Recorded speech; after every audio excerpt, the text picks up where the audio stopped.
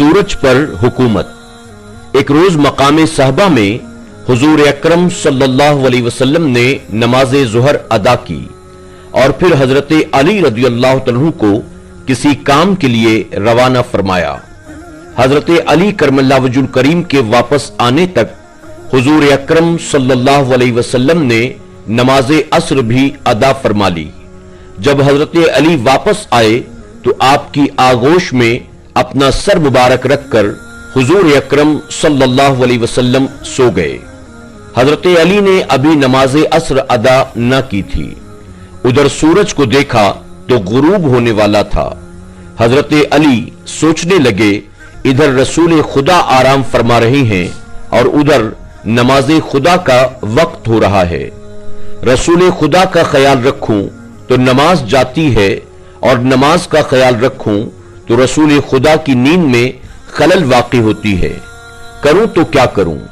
आखिर मौलाए कायनात मौला अली करमल्लाहु वजहुल करीम ने फैसला किया, नमाज तो कज़ा होने दो मगर हुजूर अकरम सल्लल्लाहु अलैहि वसल्लम की नींद मुबारक में खलल न आए। चुनांचे सूरज डूब गया और असर का वक्त जाता रहा। हुजूर अकरम सल्लल्लाहु अलैहि वसल्लम उठे तो हजरत अली को मगमूम देखकर वजह दरियाफ्त की। हजरत अली ने अर्ज किया, या रसूल अल्लाह सल्लल्लाहु अलैहि वसल्लम, मैंने आपकी इस्तराहत के पेश नजर अभी तक नमाज असर नहीं पढ़ी और सूरज गुरूब हो गया।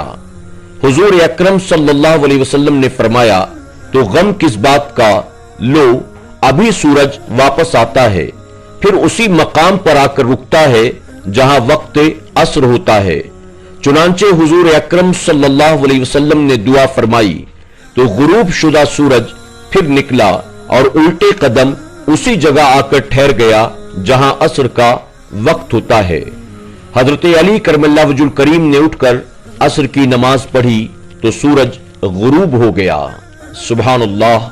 सबक, हमारे हुजूर सल्लल्लाहु अलैहि वसल्लम की हुकूमत सूरज पर भी जारी है। आप कायनात के हर जर्रे के हाकिम और मुख्तार हैं। आप जैसा न कोई हुआ न कोई और हो सकता है।